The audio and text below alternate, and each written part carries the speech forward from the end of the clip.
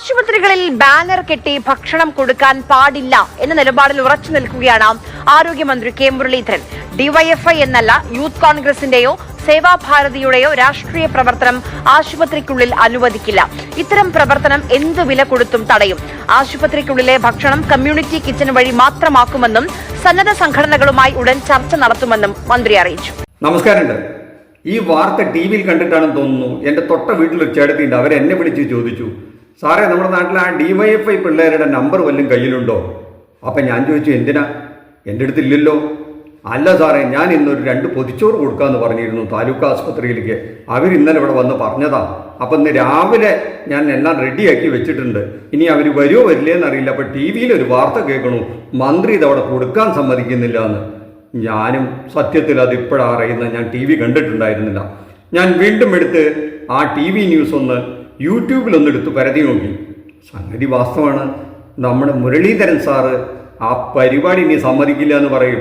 DYFI അല്ല, ദൈവം തമ്പുരാനല്ല, ഇനിയിപ്പോൾ യൂത്ത് കോൺഗ്രസ്സുകാർ വന്നാലും അതിനകത്ത് ഈ പൊതിച്ചോറ് പരിപാടി ഒരു ആസ്പത്രി വളപ്പിലും കൊടുക്കാൻ സമ്മതിക്കില്ല. അതല്ല കമ്മ്യൂണിറ്റി കിച്ചനെ ഏർപ്പാടാക്കിയതേ. വളരെ സന്തോഷം തോന്നിയിട്ടോ എനിക്ക്. കാരണം സർക്കാർ തന്നെ ഒരു കമ്മ്യൂണിറ്റി കിച്ചൺ ഉണ്ടാക്കുന്നു. അവിടെയുള്ള ആസ്പത്രിയിലെ രോഗികൾക്കും കൂടെ നിൽക്കുന്നവർക്കൊക്കെ ആ പൊതിച്ചോറ് കൊടുക്കുന്ന ആ രംഗമൊക്കെ ഞാൻ വെറുതെ സ്വപ്നം കണ്ടു നോക്കി. എന്ത് രസമായിരിക്കുമല്ലോ അത്.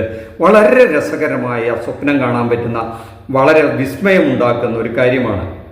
അപ്പോഴാണ് എനിക്ക് ആലോചിച്ചത്, സത്യത്തിൽ ഈ സർക്കാർ ആസ്പത്രിയൊക്കെ പോയാൽ മര്യാദയ്ക്ക് മരുന്നില്ല, അവിടെ ആവശ്യത്തിന് ഡോക്ടർമാരില്ലല്ലോ. അപ്പോൾ ആ പ്രശ്നങ്ങളൊക്കെ ഇത്ര വേഗം ഈ പുതിയ സർക്കാർ വന്ന് പരിഹരിച്ച് അടുത്തൊരു മേഖലയിലേക്ക് കമ്മ്യൂണിറ്റി കിച്ചണെ പറ്റി ചിന്തിച്ചു തുടങ്ങിയിരിക്കുന്നു.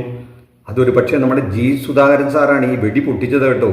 അതിപ്പോൾ നമ്മുടെ മുരളീധരൻ സാറും കൂടെ ഏറ്റുപിടിച്ചിരിക്കുന്നു എന്നുള്ള നല്ല സന്തോഷകരമായ വാർത്തയാണ് നമുക്ക് കാണുന്നത്. അദ്ദേഹത്തിന് എന്താണ് ഇതിനെപ്പറ്റി പറയാനുള്ളതെന്ന് നമുക്കൊന്ന് വിശദമായി കേട്ടു നോക്കിയാലോ? ഒന്ന് കേട്ടു നോക്കാം. ഡിവൈഎഫ്ഐക്കല്ല, പുറത്ത് ചെയ്തോട്ടെ, അകത്ത് ഞങ്ങൾക്ക് ഉത്തരവാദിത്തമുണ്ട്. ഒരു കാരണവശാലും ഹോസ്പിറ്റൽ വളപ്പിൽ ആരും കയറാൻ സമ്മതിക്കില്ല, ഒരു പാർട്ടിയിലും. അവിടെ രാഷ്ട്രീയ പ്രവർത്തനം അതിന്റെ അകത്ത് വേണ്ട, പുറത്തുനിന്ന് എന്ത് വേണമെങ്കിൽ കൊടുക്കുകയാണെങ്കിൽ പാർട്ടിയുടെ പേരും കൊടിയും വെച്ചിട്ടല്ല. അതിൽ പ്രശ്നമുണ്ട്, തെറ്റാണത്. അങ്ങനെ തെറ്റാണ്, അത് സർക്കാർ സമ്മതിക്കില്ല. അതിലെന്താ പ്രശ്നമൊന്നും ചോദിക്കേണ്ട. തെറ്റാണെന്ന് പറഞ്ഞാൽ തെറ്റാണ്. അവിടെ പറ്റില്ല, ഒരു പാർട്ടിയുടെ കൊടിയും പറ്റില്ല. അപ്പൊ നിങ്ങൾ ചോദിച്ചേക്കാം, ആ ആസ്പത്രി കെട്ടിടത്തിന്റെ ഉള്ളിലേക്കൊക്കെ കയറുന്ന ഭാഗത്തെ ഈ പല കൊടികളുണ്ട്. അത് ഈ പറയുന്ന ആളുടെ പാർട്ടിയുടെ യൂണിയനിൽപ്പെട്ട കൊടിയുടെ നിറം അവരുടെ പാർട്ടിയുടെ ഏതാണ്, മറ്റൊന്ന് വേറൊരു യൂണിയന്റെ ചുവന്ന കളറാണ്. അവിടെ വർക്ക് ചെയ്യുന്ന ജീവനക്കാരുടെ സംഘടനകൾക്കൊക്കെ രാഷ്ട്രീയ ബന്ധമുണ്ട്.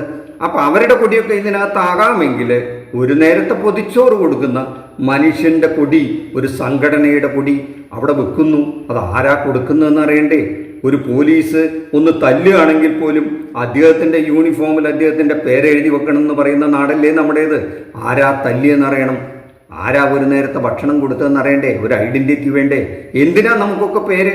എനിക്കെന്തിനാ പേര്? ഈ മന്ത്രിക്ക് എന്തിനാ ഒരു പേര്? ആളെ കണ്ടാൽ അറിയില്ലേ? അപ്പം എന്തിനാ പേര് വെച്ചിരിക്കുന്നത് എന്ന് ചോദിച്ചാൽ മനസ്സിലാകേണ്ടത് ആരാ ചെയ്യുന്നതെന്ന്. ഒരു നന്മ ചെയ്യല്ലേ? വിശക്കുന്ന വയറിന് ഒരു നേരത്തെ ഭക്ഷണം കൊടുക്കല്ലേ? കൊടി വെച്ചാലെന്താ, വെച്ചില്ലെങ്കിൽ എന്താ? അത് അവർ കൊടുക്കുമ്പോൾ ഇത് ഈ നന്മയാണ്, ഇത് ലോകം കാണട്ടെ, ഇത് കണ്ട് മറ്റുള്ളവരും ചെയ്യട്ടെ എന്ന് തോന്നുന്ന ഒരു നടപടിയല്ലേ എൻ്റെ മന്ത്രി സാറേ എന്ന് ചോദിക്കണമെന്ന് മനസ്സിലുണ്ടെങ്കിലും നമുക്ക് ചോദിക്കാൻ നിർവാഹമില്ലല്ലോ. കാരണം ഇത് കൊടുക്കരുതെന്ന് ഉത്തരവിട്ടു പോയില്ലേ. എന്തായാലും ഇദ്ദേഹത്തിന് എന്തെങ്കിലും മനസ്സലി ഉണ്ടാവുമെന്ന് നമുക്കൊന്നും കൂടെ ചോദിച്ചു നോക്കാം. അത് ഞാൻ പറയാം, രാഷ്ട്രീയ പാർട്ടികളുടെ ബേസിലല്ല സഹായിക്കേണ്ടത്. ഒരു കാരണവശാലും ഹോസ്പിറ്റലിനകത്ത് സമ്മതിക്കില്ല. അത് തന്നെ ആ തീരുമാനം UDF സർക്കാരിന്റെ തീരുമാനമാണ്. ഞങ്ങൾ ഇംപ്ലിമെന്റ് ചെയ്യും, സംശയമൊന്നും വേണ്ട. ഞങ്ങളുടെ അത് വേണ്ടെന്ന് തന്നെയാണ് സാറ് പറയുന്നത്. ഒരു രാഷ്ട്രീയ പാർട്ടിയുടെയും കെയർ ഓഫിൽ വേണ്ട, അത് സർക്കാർ സമ്മതിക്കില്ല, UDFന്റെ നയമാണെന്നാണ് പറയുന്നത്. അങ്ങനെയാണോ എന്നുള്ളത് UDF ചെയർമാനാണ് പറയേണ്ടത്, നമ്മുടെ മുഖ്യമന്ത്രിയാണ് പറയേണ്ടത്. അങ്ങനെയാണെങ്കിൽ ഒരുപാട് ചോദ്യങ്ങൾ നമ്മുടെ മനസ്സിൽ വരുമല്ലേ. എന്തിനാണ് വയനാട് ദുരന്തം ഉണ്ടായപ്പോൾ പല രാഷ്ട്രീയ പാർട്ടികളും ഫണ്ട് പിരിച്ച് വീട് വെച്ച് കൊടുക്കാന്ന് പറഞ്ഞത്? എന്തിനായിരുന്നു? സർക്കാർ ഒരു പദ്ധതി ഇട്ടില്ലേ? അപ്പൊ സർക്കാരിന്റെ പദ്ധതിയുമായി സഹകരിക്കരുതെന്നും ഞങ്ങൾ വേറൊരു പദ്ധതിയുമായി മുന്നോട്ട് പോകുമെന്നും പറഞ്ഞ് കോടിക്കണക്കിന് രൂപ പിരിച്ച് ഇപ്പോഴും വീട് പണി ആരംഭിച്ചിട്ടില്ലെന്നും കഴിഞ്ഞ ദിവസമാണ് ഒരു ലോഡ് കല്ലവിടെ ഇറക്കിയിരിക്കുന്നെന്നും കാണാത്തതും അറിയാത്തതുമല്ലല്ലോ ഈ മന്ത്രി. അപ്പോഴൊന്നും ഈ ആവേശം കണ്ടില്ല, ഈ തത്വം കണ്ടില്ല. എത്ര കോടികൾ പിരിച്ചു ആ പാർട്ടിയുടെ ബാനറിലല്ലേ അവിടെ വീടുകൾ പണിതുകൊണ്ടിരിക്കുന്നത്.